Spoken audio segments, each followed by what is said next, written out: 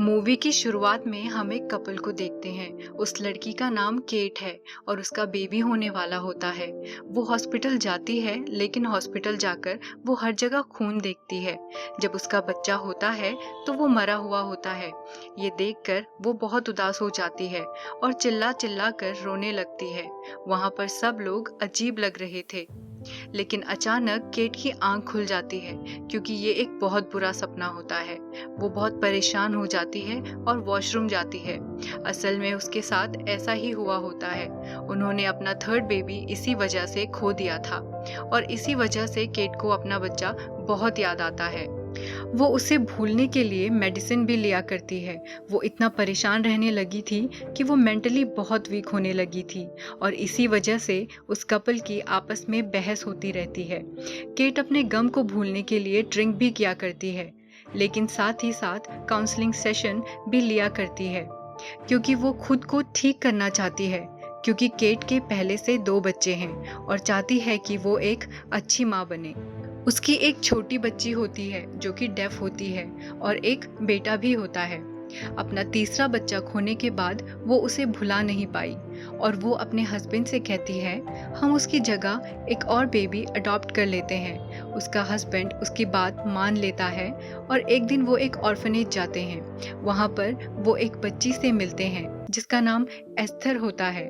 वो 10 साल की होती है। वो दोनों उससे बात करते हैं और उनको ये बच्ची बहुत अच्छी लगती है और वो बच्ची भी इनसे अच्छे से बात करती है। और अब दोनों ऑर्फनेज की सिस्टर के पास जाते हैं और एस्थर के बारे में उनसे पूछते हैं कि ये कैसी बच्ची है।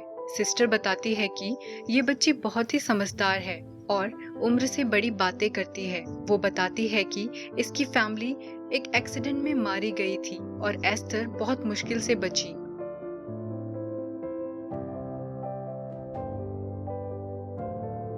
केट की छोटी बेटी एस्थर को देखकर बहुत खुश हो जाती है, लेकिन केट का बेटा जेलस हो रहा था। वो एस्थर से ठीक से बात भी नहीं करता।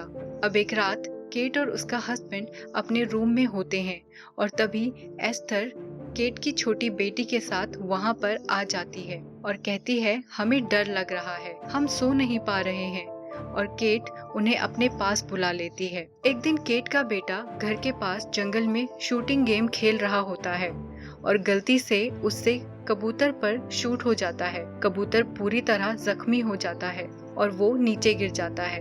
वो बच्चा भागकर कबूतर के पास जाता है, लेकिन तभी एस्थर और छोटी बच्ची वहां पर आ जाते हैं। एस्थर एक पत्थर लाती है और बच्चे को देकर कहती है, इस कबूतर को मार दो, नहीं तो ये तड़पता रहेगा। लेकिन केट का बेटा कहता है, सॉरी, मैं ऐसा नहीं कर सकता। और एस्थर कहती है, हमें इसे मारना होगा, और खुद ही पत्थर से कबूतर को मार देती है। अब अगला सीन स्कूल का दिखाया जाता है। एक बच्ची स्कूल में एस्थर को बहुत तंग किया करती है। वो एस्थर को टॉर्चर किया करती है, लेकिन इस बार फिर से वो बच्ची एस्थर को टॉर्चर करती है कि तभी एस्थर बहुत जोर से चिल्लाती है, जिससे सारे बच्चे डर जाते हैं और फिर वो स्कूल से घर आ जाती है। अब हम देखते हैं केट एस्थर से बहुत प्यार करने लगी है। केट उसका बहुत ख्याल रखती है, जैसे एक माँ बच्चे का रखती है। केट एस्थर से कहती है, क्या मैं तुम्हें अपने तीसरे बच्चे की ग्रेव दिखाऊं? और एस्थर उसके साथ ग्रेव देखने चली जाती है।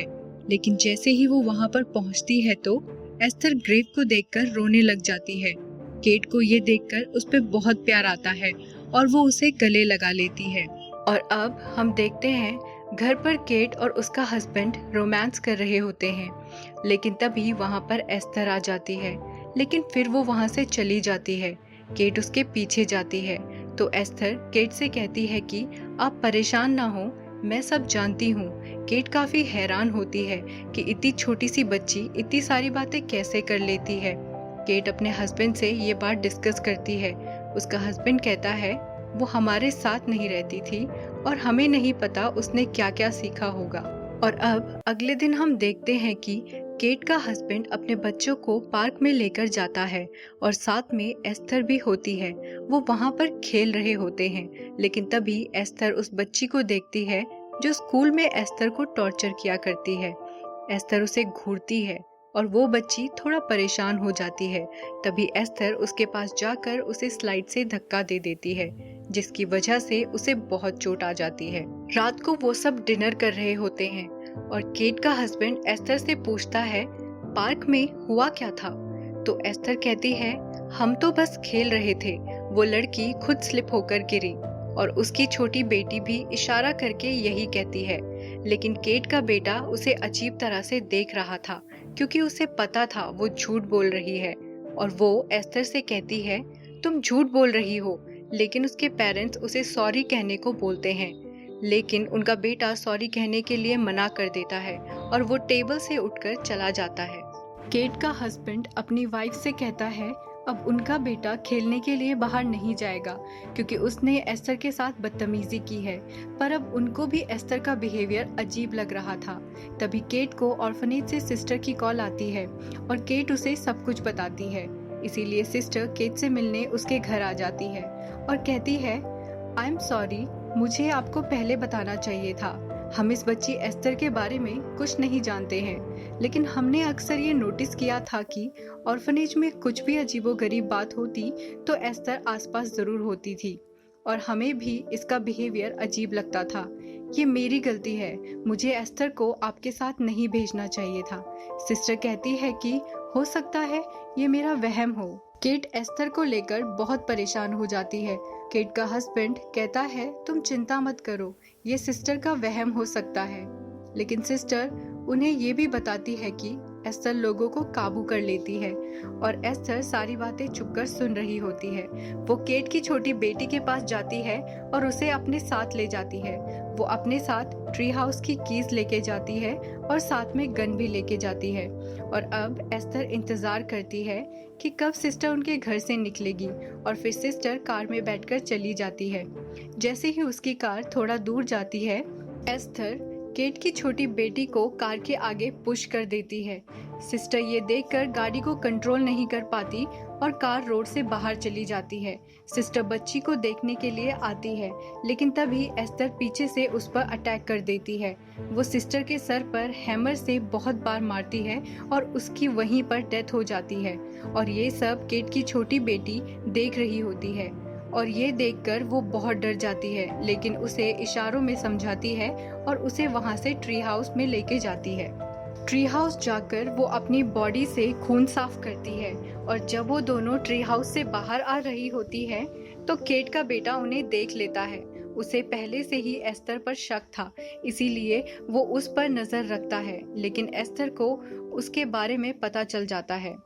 रात को जब वो सो रहा है तो एस्थर पेपर कटर लेकर उसके पास आती है और उसे डराती है कि अगर तुमने किसी को कुछ बताया तो मैं तुम्हें मार दूंगी। एस्थर की अजीब हरकतों को नोटिस करते हुए वो कपल उसे काउंसलर के पास लेके जाते हैं, लेकिन यहाँ पर भी एस्थर काउंसलर को बहुत चालाकी से अपनी बातों में ले लेती है।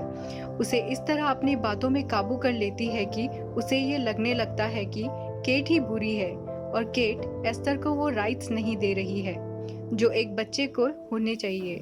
जब केट का हस्बैंड ये सुनता है तो वो अपनी बीवी से बहुत गुस्सा हो जाता है और कहता है कि ये तुम्हारा ही आइडिया था और अब तुम इसे क्यों हैंडल नहीं कर पा रही हो। और उन दोनों के बीच फिर से लड़ाई शुरू हो जाती है। जब वो घर आते हैं तो उन्हें ऑर्फनेज से कॉल आती है जो बताते हैं कि सिस्टर अभी तक मिसिंग है और पुलिस इस केस को इन्वेस्टिगेट कर रही है और उन्हें उस सिस्टर की डेड बॉडी मिल जाती है। केट और उसका हस्बैंड काफी परेशान हो जाते हैं कि आखिरी बार सिस्टर हमारे घर आई थी और अब वो कपल डिसाइड करते हैं कि हम मिलकर पता लगाएंगे कि असल में एस्थर आई कहाँ से है। केट कहती है कि हम रशियन ऑर्फनेज में पता करेंगे कि एस्थर नाम की लड़की कब आई। अब वो हर जगह से इन्वेस्टिगेशन शुरू कर देते हैं, लेकिन उन्हें पता चलता है कि रशिया के किसी भी ऑर्फनेज में एस्थर नाम की लड़की नहीं थी। और अब हम देखते हैं केट किचन में काम कर रही होती है और तभी वहां पर एस्थर आती है। एस्थर कुछ फ्लावर्स केट को ऑफर करती है और केट को ये देखकर बहुत गुस्सा आता है क्योंकि वो फ्लावर केट की छोटी बेटी की ग्रेव के थे। वो एस्थर से फ्लावर छीनने की कोशिश करती है और उसका हाथ जोर से पकड़ती है, लेकिन एस्थर भी उसे फ्लावर नहीं देती। तभी केट का हस्बैंड वहाँ पर आ जाता है और दोनों को रोकता है और केट अपनी बेटी की ग्रेव के पास जाती है और रोने लग जाती है। अगले सीन में केट का हस्बैंड जब घर आता है, एस्थर उससे कहती है, मुझे केट ने बहुत मारा है, लेकिन असल में एस्थर ने खुद ही अपने आप को हर्ट किया होता है। उसने खुद को ऐसी चोट दी होती है कि ऐसा लगे कि केट ने उसकी हड्डी तोड़ी है। ये देखकर केट के हस्बैंड को बहुत बुरा लगता है और इस इंसिडेंट के बाद केट का हस्बैंड उससे दूर जाने लगता है। केट अपने हस्बैंड का ये बिहेवियर देखकर ड्रिंक करने लगती है और वाइन लेने एक स्टोर पर जाती है, लेकिन वो ड्रिंक नहीं कर पाती और सारी वाइन वेस्ट कर देती है। और अब एक दिन केट अपने बच्चों को स्कूल छोड़ने जाती है और जब उसका बेटा स्कूल में एंटर करता है तो उसके बैग से कुछ बुक्स गिर जाती हैं। केट उसकी बुक्स लौटाने वहां पर जाती है, लेकिन तभी पीछे से एस्थर चुपके से गाड़ी को रिवर्स कर देती है, जिसकी वजह से गाड़ी पीछे की तरफ जाने लगती है और उस गाड़ी में केट की छोटी बेटी होती है। ये देखकर केट और आसपास के लोग कार रोकने की बहुत कोशिश करते हैं, लेकिन कोई भी उसे नहीं रोक पाता। और तभी गाड़ी पीछे जाकर बर्फ में रुक जाती है और केट वहां जाकर अपनी बेटी को गाड़ी से निकालती है और वो इस बात से और भी परेशान हो जाती है। ये देखकर केट का हस्बैंड काउंसलर को घर में बुलाता है और काउंसलर को बताता है कि ये ड्रिंक करने लगी है, लेकिन केट बताती है उसने ड्रिंक नहीं की है। काउंसलर कहती है कि तुम्हें रिहैब सेंटर जाना होगा। यहाँ पर कोई भी केट की बात पर विश्वास नहीं करता।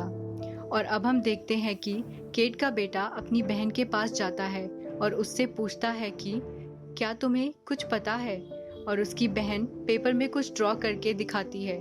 भाई उसे देखता है, जिसे देखकर साफ साफ पता चलता है कि एस्थर ने मर्डर भी किया है और वो बहुत बुरे काम करती है। वो अपनी बहन से इशारों में बताता है कि मैं ट्री हाउस जाऊंगा और कुछ प्रूफ सर्च करूंगा, जिससे हम एस्थर की सच्चाई को सबके सामने ला सकेंगे। दूसरी तरफ हम देखते हैं केट एस्थर के रूम को चेक करती है और उसे वहां पर एक बुक मिलती है जिस पर बहुत सारी फोटोग्राफ्स होती हैं और उसी बुक में एक इंस्टीट्यूट का नाम लिखा होता है। केट उस पर इन्वेस्टिगेट करती है और उस जगह पर कॉल करके पूछती है क्या ये ऑर्फनेज है, और इंस्टीट्यूट से लेडी बताती है नहीं, ये एक मेंटल हॉस्पिटल है। और अब केट को पता चलता है कि एस्थर भी किसी मेंटल हॉस्पिटल से आई है। अगले सीन में हम देखते हैं केट का बेटा ट्री हाउस में प्रूफ लेने जाता है, लेकिन एस्थर भी वहां पर आ जाती है और वो सभी एविडेंस को जला देती है, जिसकी वजह से पूरे ट्री हाउस में आग लग जाती है और इसी वजह से केट का बेटा भी जख्मी हो जाता है।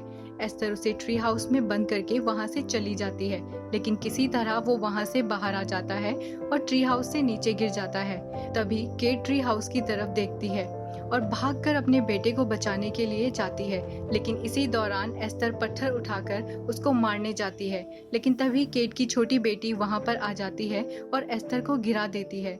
उसी टाइम केट भी वहां पर आ जाती है और अपने बेटे को हॉस्पिटल लेके जाती है। और अब केट हॉस्पिटल में अपने हस्बैंड को सब कुछ एक्सप्लेन करती है और कहती है ये सब कुछ एस्थर ने किया है, लेकिन वो कहता है एस्थर एक छोटी बच्ची है, वो ऐसा नहीं कर सकती।